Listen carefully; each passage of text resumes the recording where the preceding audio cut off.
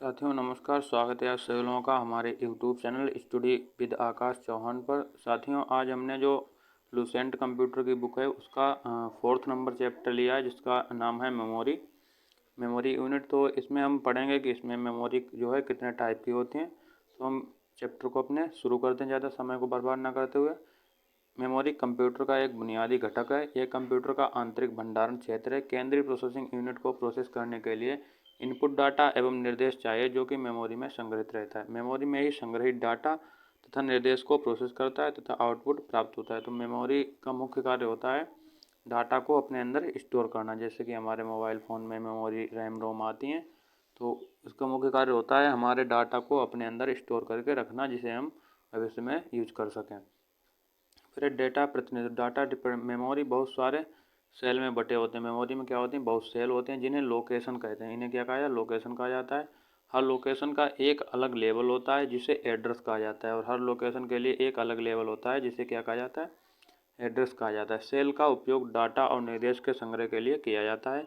सारे डेटा और निर्देश कंप्यूटर में बाइनरी कोड के रूप में रहते हैं, और जितने भी डाटा और कोड होते हैं वो कंप्यूटर के अंदर बाइनरी 0 और 1 के रूप में रहते हैं।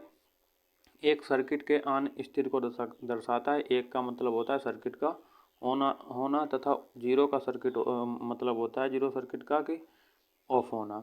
लोकेशन में डेटा संग्रह करने को लिखना तथा लोकेशन में डेटा प्राप्त करने को पढ़ना कहते हैं। लोकेशन में डाटा सेव किया जाता है उसे लिखना कहते हैं तथा इस डेटा को प्राप्त करने को पढ़ना कहते हैं। प्रत्येक लोकेशन में निश्चित बिट स्टोर की जाती है, और प्रत्येक लोकेशन में एक निश्चित बिट होती है जिसे वर्ड लेंथ कहते हैं। जिसे क्या कहा जाता है, वर्ड लेंथ कहा जाता है। वर्ड लेंथ 8, 16, 32 या 64 बिट की हो सकती है। बिट बाइनरी डिजिट की सबसे छोटी इकाई है। बिट क्या है, बाइनरी डिजिट की सबसे छोटी इकाई होती है।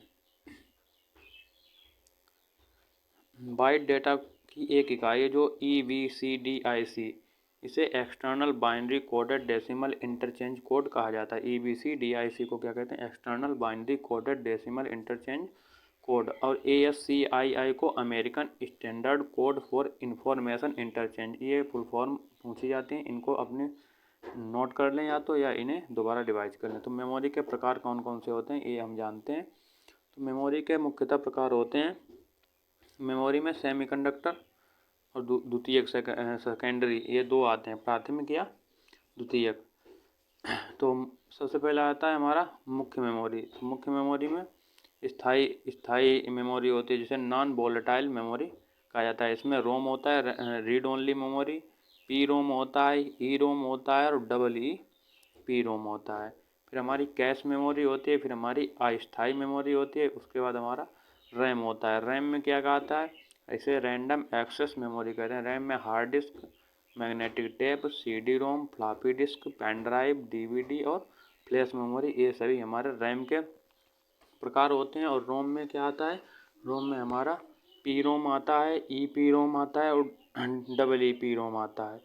तो ये जो रैम होती है वो अस्थाई मेमोरी होती है, और जो रोम होती है वो स्थाई मेमोरी होती है। आगे देखते हैं।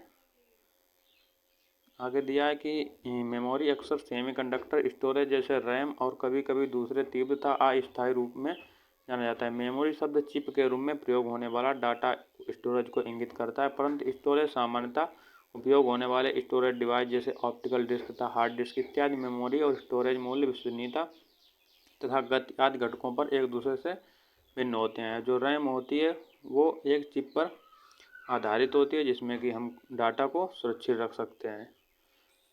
ये सेमीकंडक्टर के द्वारा ये सभी बनी होती हैं। सेमीकंडक्टर या प्राथमिक या मुख्य मेमोरी या आंतरिक मेमोरी क्या हो, सेमीकंडक्टर क्या होता है, प्राथमिक मेमोरी क्या होती है, मुख्य मेमोरी क्या होती है, और आंतरिक मेमोरी क्या होती है, इसे समझेंगे।